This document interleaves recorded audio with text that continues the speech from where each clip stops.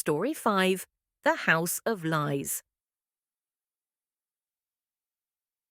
"You'll like it here," said Deborah. "Everything is a mystery." Before I could digest the mystique of the mansion in front of me or the height of its white columns, a gloomy butler swung open the door. "I heard your voices," he barked. I gasped and swallowed my breath. Deborah tried to mask her amusement and smiled at me reassuringly. "You're just not used to rich people," she said, pushing me forward. The butler, with the scowl on his face, led us down a long hallway where large statues of famous poets lined the walls. "Are they watching us?" I joked. Deborah ignored my nervous sarcasm, thanked the butler cheerfully, and signaled me to follow her to the den. "My father's friends meet here every month," she whispered, "and they play a very strange game." Echoes from our own footsteps had me on edge as we made our way to a supersized wooden door. Deborah tapped on it playfully, and I held my breath. The hinges wept and moaned as the enormous door creaked open, revealing a strange man who was noticeably short and very old. His bald head was almost shiny, and he donned an expensive grey suit with an ugly tie. It had 3 different colours: purple, orange, and green. "You look awful," he said to Deborah. She laughed and gave him a hug. "Is this your father?" I asked. "No," he said quickly, and Deborah laughed again. She had promised to introduce her father to the man who solved mysteries, and I had been nervously anticipating the meeting all night. "I wonder how long it will take him to figure it out," Deborah giggled. I saw a long banner hanging on the wall. It had large red letters celebrating the group who was arriving tonight, the Liars Club. The realization kicked in. Everything they had said was a lie. That was the whole catch. I was ready to beat them at their own game. "You do look awful, Deborah," I said, "and your father is a real jerk." They cheered and laughed as we walked inside the room. Below the banner was a long table filled with sandwiches and desserts. The man and woman at the opposite side of the room acknowledged our presence with a head nod before returning to their conversation. One of them weighed over 300 pounds. "I hate these sandwiches," the large man said, smiling. He took a big bite, especially the ones with mustard. He wiped some mustard off his cheek, then joyfully took another bite. The butler shuffled in, moving so carefully that his patent leather shoes never left the ground. He was carrying a large glass bowl, which was almost filled to the top with punch. I eyed it like a liquid treasure and licked my lips. My mouth was dry from all the gasps and gulps this place was bringing out of me. He began to look like a circus juggler, making this a more difficult task than it should have been.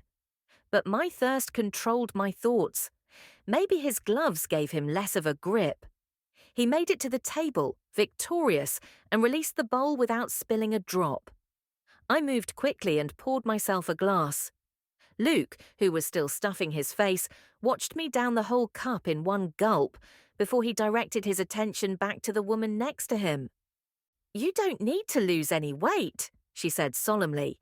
"You're the healthiest man I've ever seen." Luke's eyes seemed to laugh, and he continued chewing vigorously. His fingers were hardly visible under the mustard that covered his hands. Flexing, he declared, "And the strongest." The woman's name was Olivia, and she was wearing an expensive diamond bracelet that rattled when she moved her hands. Olivia's dress was expensive. It bared her shoulders and looked very comfortable. "I never have any fun when I come here," she said to Deborah. "Never any fun at all." Both laughed as though they'd been friends for years. "Your father's tie is gorgeous," she said, and they both laughed again. The mood changed quickly when Olivia pointed ominously to a marble pedestal at the centre of the room. It displayed a glass box filled with dice. There were 7 dice in the box, and each one was positioned to have rolled a 6. "There's not a story about those dice," she confided to Deborah, "and it's not the reason we gather here every month." Deborah had never heard the story, so we huddled around the display case, gawking at it in dazed silence. And then the room went black. It seemed like a temporary power outage, and I waited for the lights to turn back on. The room became denser, colder.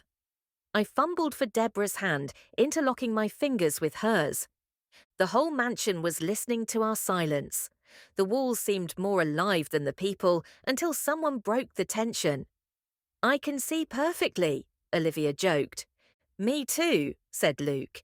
It sounded like he was still eating. When the lights came back on, we saw a startling sight. The display case was empty, and all the dice were gone. We stared in disbelief, and Deborah's father looked horrified. Though the dice were worth very little, they had been in his family for more than 100 years. They had a special significance to her father, and were the emblem and livelihood of the Liars Club. Sadly, he told the sentimental story behind the dice one last time as his butler rearranged the sandwiches. His uncle had been a young man who needed to earn some money, but instead he'd met a gambler who had challenged him to roll 7 sixes. We listened intently.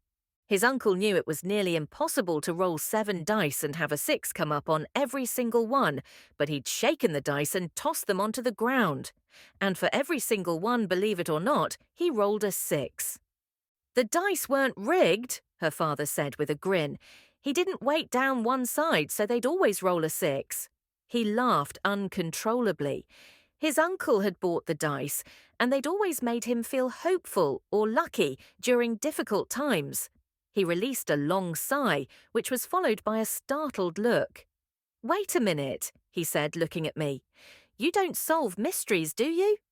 I pondered whether I should answer yes or no, and he angrily shouted at his guests, "Who stole my uncle's dice?" "I did," said Olivia. "I did," said Luke. "I did," said Deborah. And now her father was even more agitated. I held up a hand, signalling that I'd solved the crime, but looking around the room, I couldn't find a single clue. There weren't any obvious footprints on the floor, and the glass case was completely spotless. There were no suspicious fingerprints on the light switch by the door, and nothing had changed after the lights came back on. There was the table, still filled with food, and the Liars Club banner still draped the wall. "Did the butler do it?" Olivia said playfully. She'd read several mystery books where the man behind the crime turned out to be a sneaky butler. "Your dice weren't so lucky tonight," Luke joked. They were lucky tonight. "Cut it out," Deborah's father said impatiently. "I'm tired of playing games and I want my dice back." Sarcasm turned to shock in the room. They'd never heard him make a statement that wasn't a lie. Deborah's father had broken the rules. I was feeling impatient too. "Listen up, Liars Club," I said, carefully choosing my words so they'd understand. "I don't know who stole your dice, and I'm not going to identify the thief now.